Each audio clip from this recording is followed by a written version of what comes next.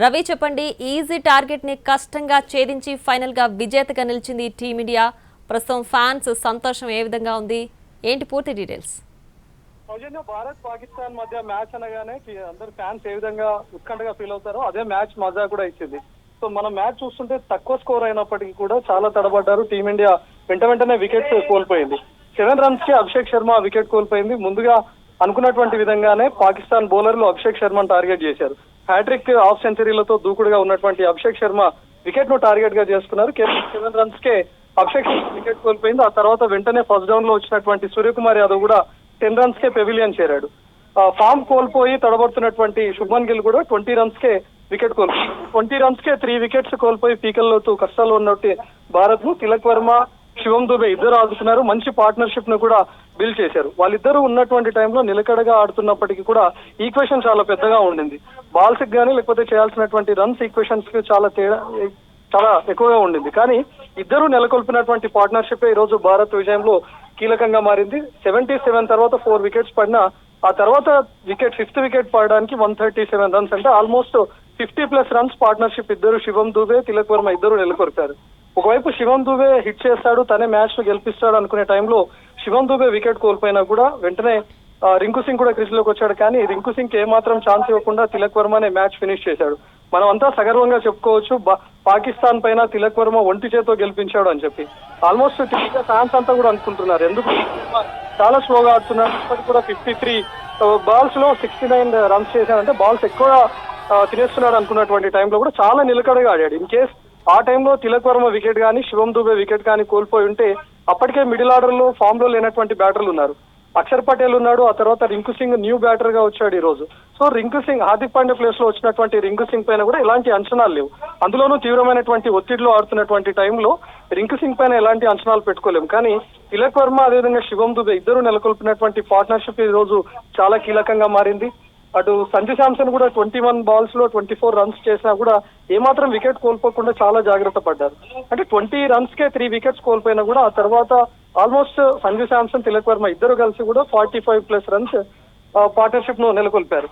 అటు సంజు శాంసన్ అవుట్ అయిన తర్వాత కూడా శివం దుబే తిలక్ వర్మకు పూర్తి స్థాయిలో సహకరించారు. ఒక ఎండ్ లో తిలక్ వర్మ హిట్ చేస్తున్నటువంటి టైంలో కానీ, తిలక్ వర్మ సింగిల్స్ టుడీస్ తో రొటేట్ చేస్తున్నటువంటి టైంలో కూడా శివం దుబే మంచిగా స్ట్రైక్ రొటేట్ చేస్తూ క్రీజ్ లో తిలక్ వర్మకు బ్యాటింగ్ చేసేలా అవకాశం ఇచ్చాడు. సో ఇద్దరు నెలకొల్పినటువంటి పార్ట్నర్షిప్ చాలా కీలకంగా మారింది.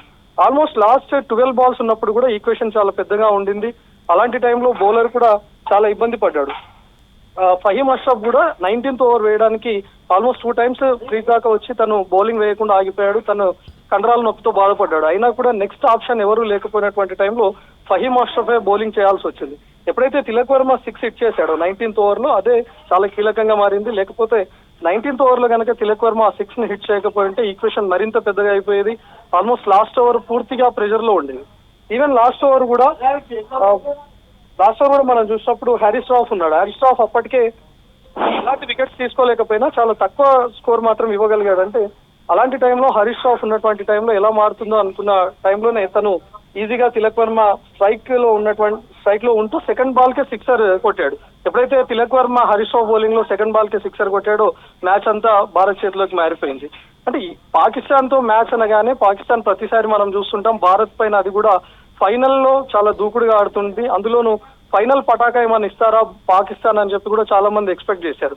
ఎందుకంటే ముందు నుంచి కేవలం భారత్ పై మాత్రమే ఓడినటువంటి పాకిస్తాన్ మిగతా అన్ని టీమ్స్ పైన విజయం సాధించింది.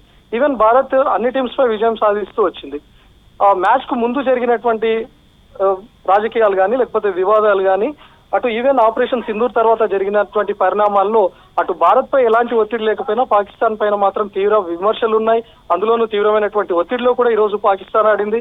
ఎప్పుడైతే ఇండియా పాకిస్తాన్ మొదటి మ్యాచ్ లో విన్ అయ్యారో షేక్ హ్యాండ్ వివాదం దగ్గర నుంచి చూస్తే మనకు ఇద్దరి మధ్య ఒక రాజకీయాలు మొదలయ్యాయి, వివాదాలు మొదలయ్యాయి. ఆల్మోస్ట్ పాకిస్తాన్ ప్లేయర్స్ కొన్ని అభ్యంతరకరమైనటువంటి సైన్స్ కూడా చేశారు. హారిస్ రాఫ్ ఫ్లైట్ కూలిపోతున్నటువంటి విధంగా సైన్స్ చేయడం, ఆ తర్వాత మరొక బ్యాటర్ కూడా మిజైల్స్ ప్రయోగిస్తున్నటువంటి విధంగా సైన్యాలు చేయడం కూడా దానిపైన జరిమానా కూడా విధించింది. ఆల్మోస్ట్ ఫైనల్ కు వచ్చిన తర్వాత ఎలాంటి ఉత్కంఠభరితమైనటువంటి మ్యాచ్ ను మనం ఎక్స్పెక్ట్ చేస్తామో సేమ్ అదే ఈ రోజు కూడా జరిగింది. ఫ్యాన్స్ కు ఒక మంచి మజా ఇచ్చినప్పటికీ లాస్ట్ మినిట్ దాకా కూడా చాలా ఉత్కంఠ రేపింది. అంటే మ్యాచ్ ఎప్పుడైతే ఫస్ట్ ఇన్నింగ్స్ అయిపోయిందో తక్కువ స్కోర్ నే పాకిస్తాన్ కి ఎప్పుడైతే కట్టడి చేశారో ఈజీగా అవుతుంది అనుకున్నటువంటి చేజ్ మాత్రం చాలా కష్టతరంగా మారింది. ఆల్మోస్ట్ లాస్ట్ ఓవర్ దాకా మ్యాచ్ వచ్చింది. తక్కువ స్కోర్కే మనం ఉన్నప్పటికీ, తక్కువ టార్గెట్ మనం ముందున్నప్పటికీ కూడా వెంటనే వికెట్లు కోల్పోవడం అనేది భారత ఫ్యాన్స్ ను తీవ్రంగా నిరాశపరిచింది. కానీ ఆల్మోస్ట్ ఆసియా కప్ మనము పాకిస్తాన్ పై సాధించడం అనేది చాలా గర్వంగా చెప్పుకోవచ్చు. ఇప్పటి వరకు ఆసియా కప్ లో భారత్దే పై చేయిగా ఉంది. ఇలాంటి తరుణంలో భారత్ ఏమాత్రం ఓడిపోయినా కూడా తీవ్రమైనటువంటి విమర్శలు ఈ రోజు భారత్ ఎదుర్కోవాల్సి వచ్చి ఉండేది. కానీ ఆపరేషన్ సింధూర్ లో ఏ విధంగా అయితే భారత్ విజయం సాధించిందో, పాకిస్తాన్ పై ఆసియా కప్ పైన కూడా అదే స్థాయిలో విజయం సాధించింది. Soujanya. Right Ravi, thanks for the updates.